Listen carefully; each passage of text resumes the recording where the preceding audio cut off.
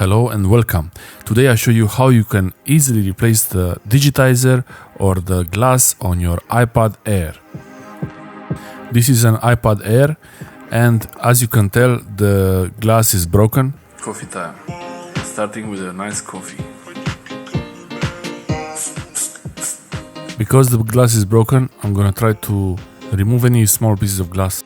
Trying to collect any pieces of glass. I'm starting to feel like there's more echo in the room than usual.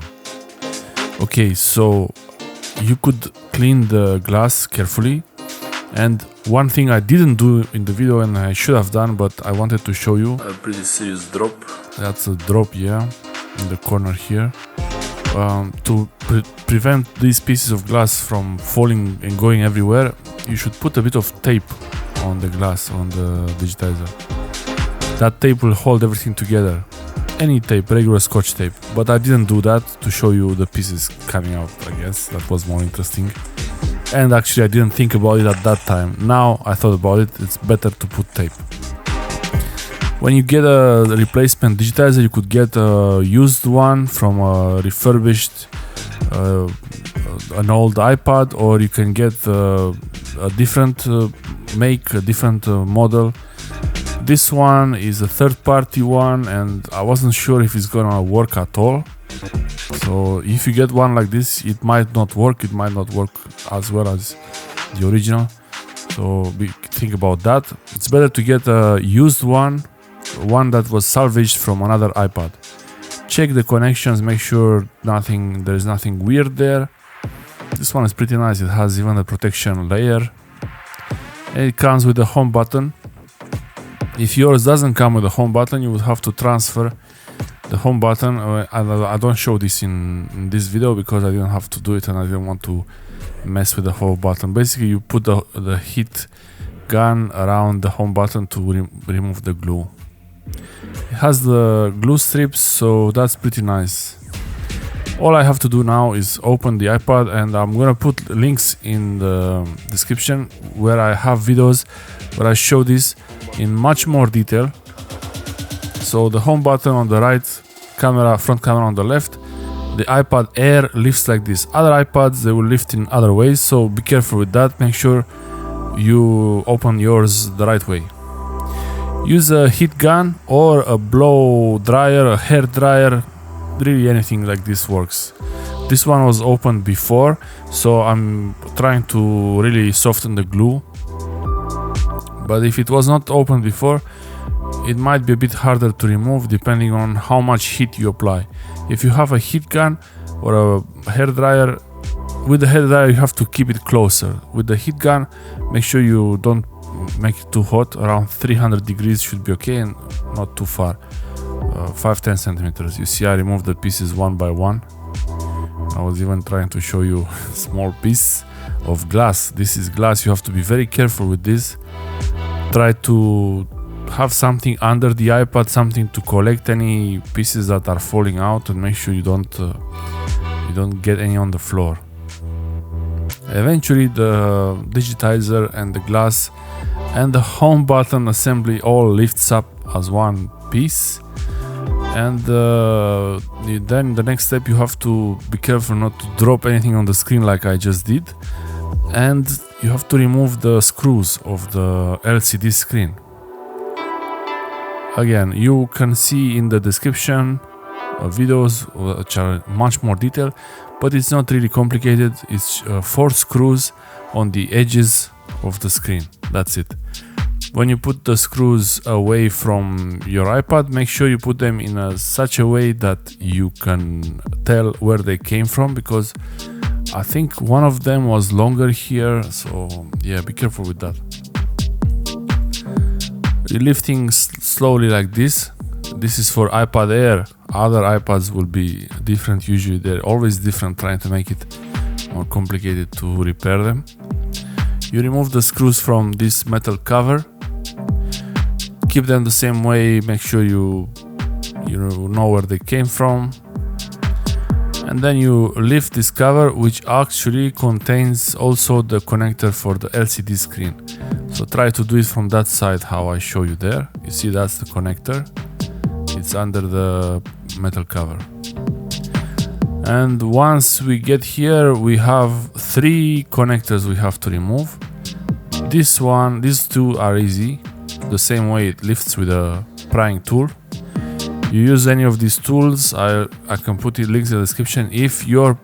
When you get this screen, it might come with the tools already, so you don't need the tools. Just check where you get them from.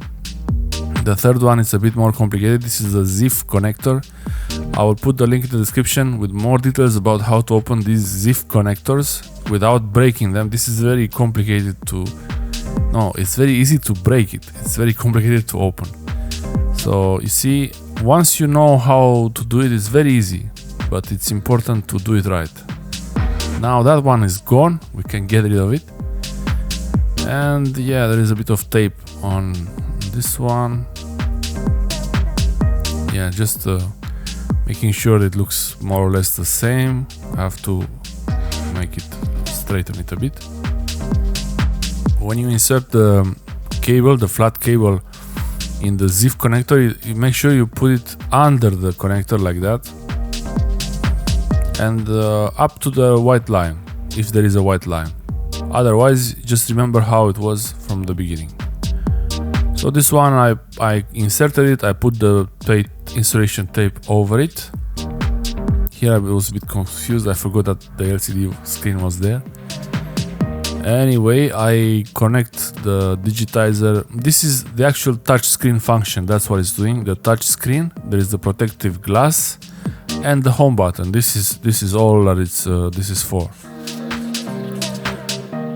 Yeah, the thing is that it might not work depending on how lucky you are. So here I connect the LCD, so before you put everything back together, make sure that you check if it's working or not. The digitizer should be working on the home button. When you do the touch screen functions, you should see some kind of movement. So I turn it on, I see the touch screen works, but the home button, no. See, I press the home button and nothing happens. And I almost touched the LCD there. This is the habit, you see? Yeah, so we have a problem with that ZIF connector. I have to try to remove it and put it back and hope it works, really. Otherwise, I will have to send it back and it's a hassle like that, so I wouldn't want to go that far. That's why it's better to use the original LCD and the original digitizer. Even if it's from a used old iPad, it's better than third-party ones that might not work at all. So I'm removing it and reinstalling it,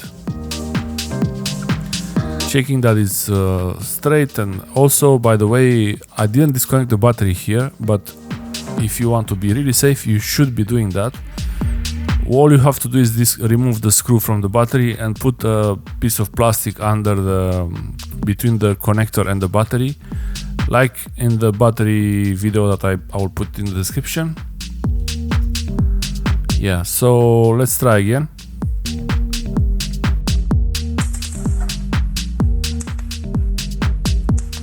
Okay.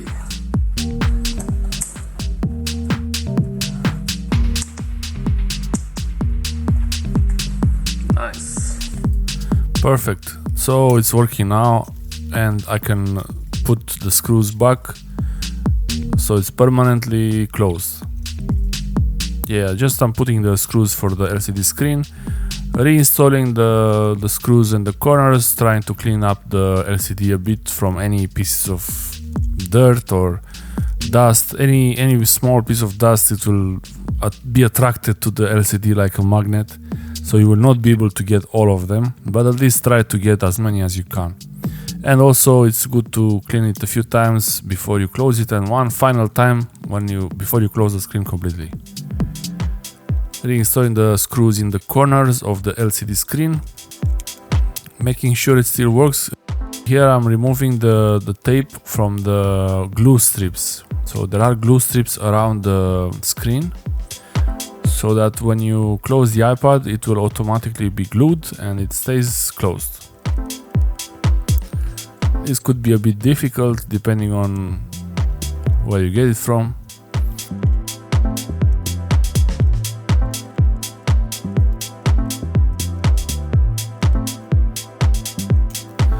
Cleaning the LCD again with just some microfiber cloth or soft piece of paper.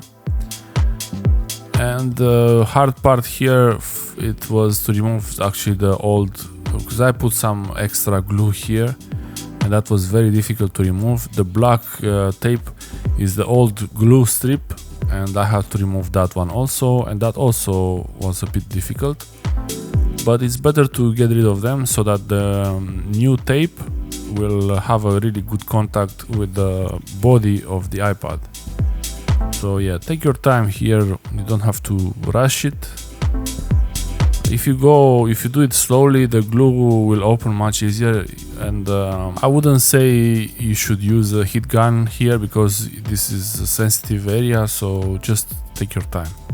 Before closing it, last time what was one last cleanup, and yeah, the glass, I had to readjust a bit this that part. I had to remove that part here. You see I removed it now, and you have to bend it a bit to fold it onto the screen.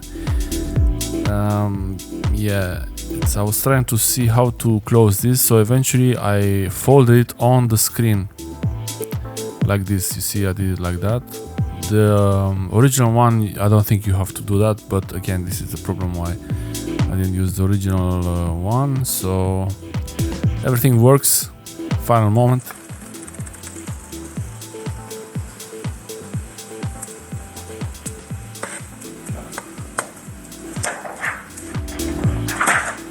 Yeah, this turned out pretty good. When closing the iPad, the most important thing is to align the glass with the iPad, because once you close it, the glue will start working and you really won't be able to open it unless you use the heat gun again. Thanks for watching, and the home button works. Wow, and the touch screen.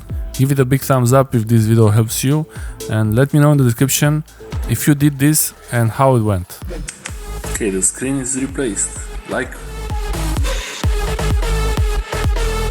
Screen is replaced like magic.